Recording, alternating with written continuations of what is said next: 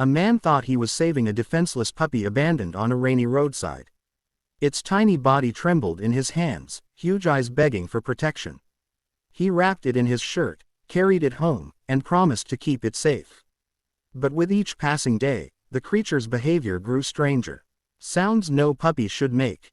Movements too sharp, unnaturally fast. Eyes that glowed in the dark. Worried, he rushed to the veterinarian. The doctor's face turned pale, his hands shook as he whispered the horrifying truth. What the man had brought home was not a puppy. And the revelation stunned everyone. The rain had only just begun to drizzle. Light drops tapped against the windshield as Mark drove down the lonely country road. It was late, the kind of late when the world seems asleep and every shadow by the roadside looks alive. Exhausted after work, Mark only wanted to get home quickly, but fate had other plans. Up ahead, something stirred. A small dark figure trembled at the edge of the asphalt, half hidden in tall grass. Mark slowed, squinting through the rain. At first he thought it was a kitten, or maybe just a rag left behind after the storm. But then the creature lifted its head, and two enormous glassy eyes gleamed in the headlights.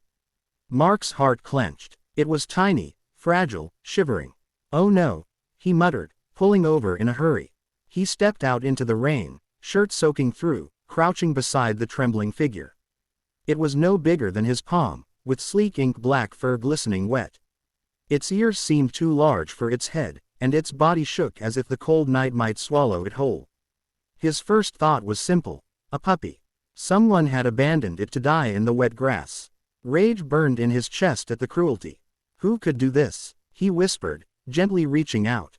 The creature didn't bark or whimper, only gave a thin, high-pitched squeak, more like a kitten. Tiny claws clutched his fingers as he lifted it. The weight, or rather the lack of it, nearly broke his heart. A few weeks old at most. He pressed it against his chest, shielding it from the rain. The creature blinked with enormous wet eyes, as though recognizing in Mark its last chance at survival. Something inside him shifted. He wasn't just picking up a stray, he was saving a life. Back in the truck, Mark wrapped the trembling creature in an old flannel shirt. "It's okay, little one. You're safe now," he whispered. The puppy curled into a ball, stuck out a tiny tongue, and fell asleep instantly. The drive home felt unreal. Mark kept glancing at the cloth bundle beside him, his heart softening with each tiny breath. But as the minutes passed, unease crept in. The head was too round, the eyes too large and dark, unnaturally expressive. Its movements, though weak, were sharp, as if it was learning and adapting quickly. He brushed off the doubts. Surely it was just a puppy. Yet as he parked in the deepening rain, a chill ran down his spine. Hugging the bundle close, he whispered again, "Don't be afraid, I'll take care of you." Inside the warm glow of his home, Mark couldn't know that this small act of kindness, saving what he thought was a helpless puppy, would unravel a secret so chilling that even an experienced veterinarian would tremble. In the following days, the creature, soon named Shadow, grew comfortable in Mark's home. But it wasn't like any puppy he'd ever seen.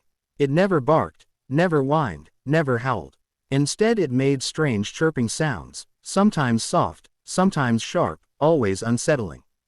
Its black eyes followed him everywhere. Unlike clumsy pups, it never stumbled. Its movements were precise, fast, eerily graceful. Sometimes, as Mark read on the couch, he would feel its stare. Shadow would sit on the armrest, tilting its head, eyes unblinking.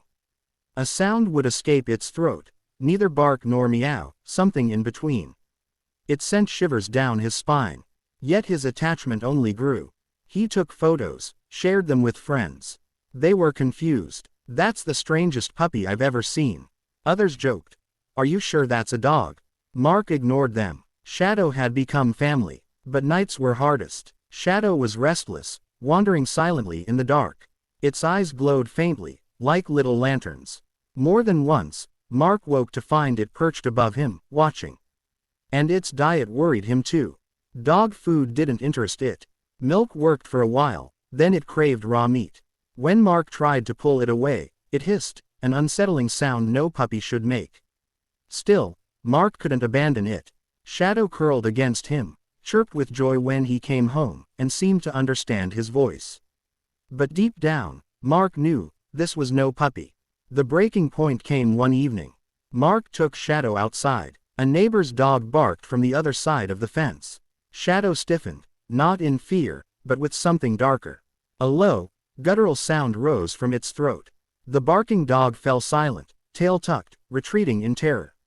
Mark froze. For the first time, he wasn't sure what he was holding. That night, unable to ignore the truth, he made a decision. Tomorrow, he would take Shadow to the vet. The next day, under a heavy gray sky, Mark carried Shadow in a small carrier. The creature squeaked softly, its wide eyes fixed on him, as if sensing trouble. "It's okay, little one. We're just checking your health," Mark whispered. At the clinic, dogs barked, cats meowed, disinfectant stung the air. Mark sat in the corner, clutching the carrier. A little girl pointed. "Mommy, look, what a tiny puppy." But her mother frowned at its enormous eyes and unnatural calm. When Mark's name was called, relief and fear collided inside him. Dr. Harris, a kind-faced veterinarian with decades of experience, entered the room. "So, what have we got here today?" he asked cheerfully. Mark lifted Shadow onto the steel table. The creature blinked under the bright light, ears twitching. "At first I thought it was a puppy," Mark explained quickly. "Found it on the roadside, in the rain. I couldn't just leave it." The vet adjusted his glasses, examined its head, paws, teeth, claws. With each minute, curiosity faded from his face, replaced by unease. Mark's heart pounded. "Is everything okay?" The doctor didn't answer immediately. He stepped back, hands trembling slightly. Shadow chirped. The sound echoed unnaturally in the room. Dr. Harris froze, his pen slipping from his grasp. Slowly, he looked at Mark. His face had gone pale. "You thought this was a puppy?"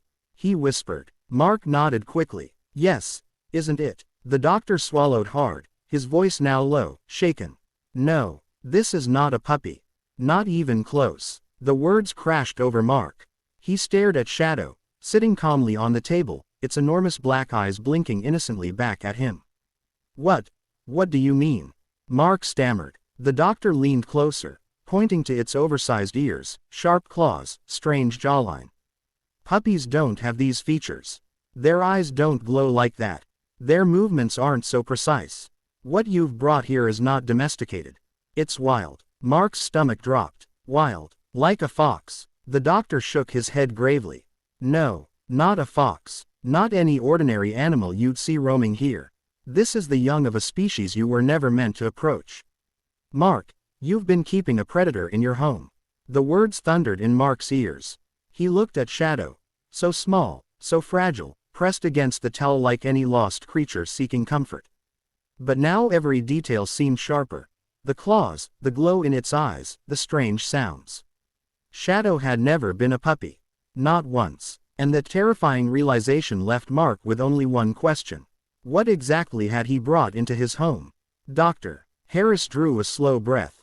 "Mark, listen carefully. This isn't a dog. Judging by its traits, it could be a young wolf, or worse, an exotic predator smuggled illegally into the country. People think they're pets when they're small, but they grow quickly. They don't lose their instincts." Mark's throat went dry. "A wolf. Yes," the vet said grimly. "Or something rarer. That's what troubles me. If it's a wolf pup, its mother should be nearby. Wolves don't abandon their young. Which means either she's dead, or this isn't a wild wolf at all, but an animal from the illegal wildlife trade." The words struck like lightning. Mark pictured Shadow stuffed in a crate, stolen from its mother, dumped on a roadside when smugglers grew afraid. His heart ached at the thought. The doctor's voice softened. "I don't doubt your intentions. You saved its life. But keeping it is dangerous, for you and for the animal. It belongs in the wild, or under specialists who know how to handle it." Mark glanced at Shadow, who had climbed onto his arm, pressing close with startling affection. Its warmth seeped into his chest. How could something so small, so trusting, be a threat? "But look at him," Mark whispered. His voice broke. "He needs me." The vet's eyes filled with compassion. "I understand. But sometimes the kindest thing we can do, is let go." Silence filled the room. Mark's heart battled his reason. Every instinct screamed to protect Shadow. But the truth was undeniable. He hadn't rescued a puppy. He had taken in a predator. And that predator's story was just beginning.